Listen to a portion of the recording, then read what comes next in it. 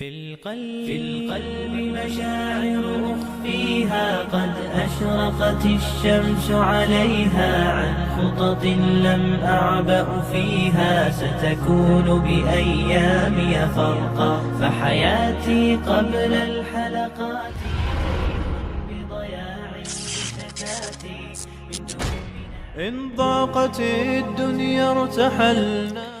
Karena orang-orang kafir sulit menerima bahwa Isa Al-Masih adalah seorang Rasul dan sulit menerima bahwa hanya ada satu Tuhan saja yang berhak disembah, yaitu Allah Subhanahu wa Ta'ala, maka secara pasti mereka juga mengingkari Al-Quran sebagai wahyu Allah Subhanahu wa Ta'ala.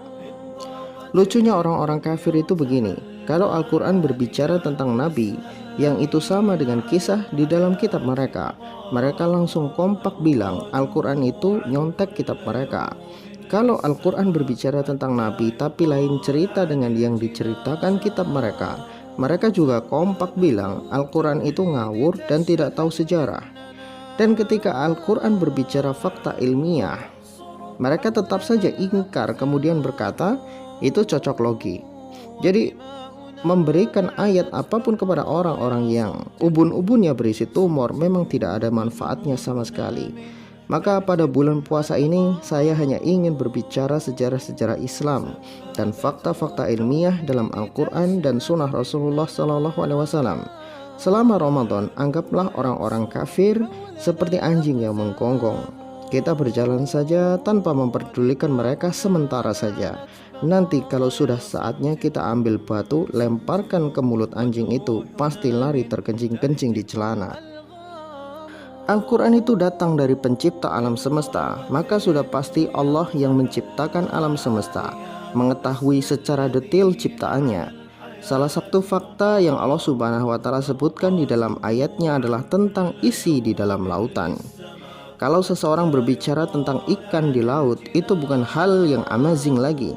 Tetapi jika berbicara tentang sesuatu yang belum pernah ditemukan orang lain di dalam lautan, itu baru amazing.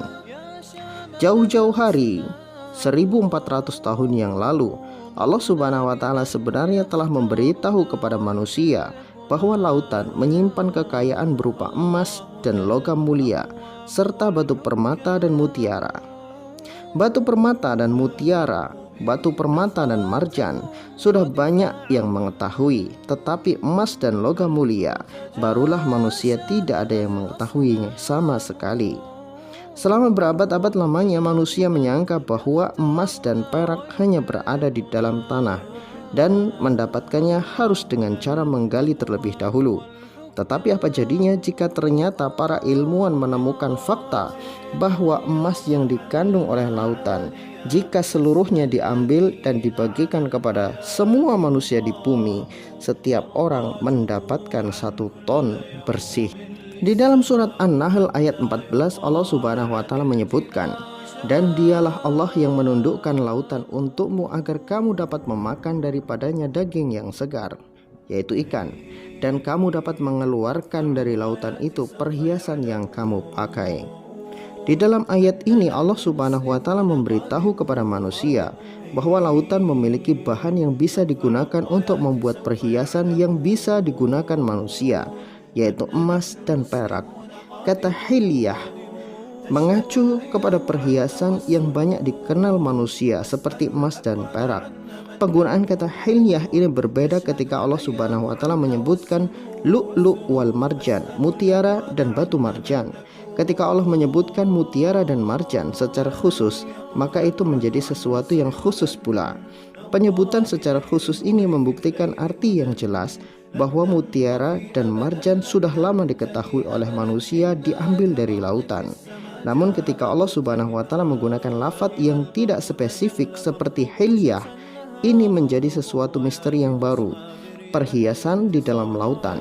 Dan Allah menyebutkan lautan secara umum, tidak secara khusus. Artinya hampir di seluruh lautan ada perhiasan ini.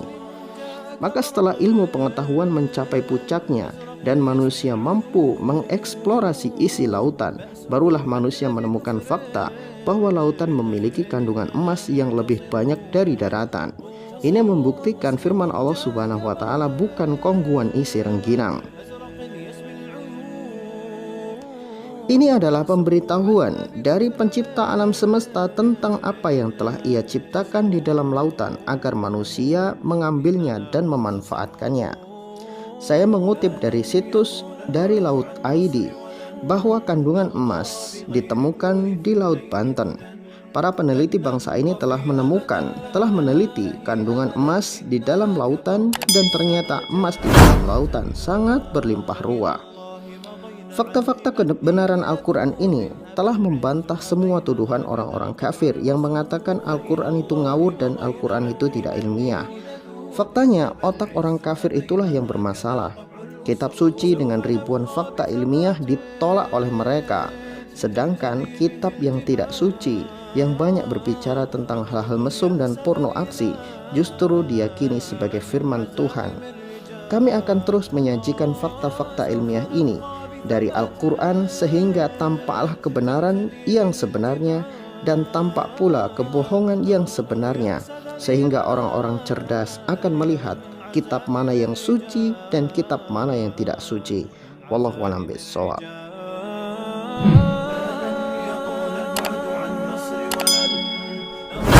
بغير النور في الليل هدى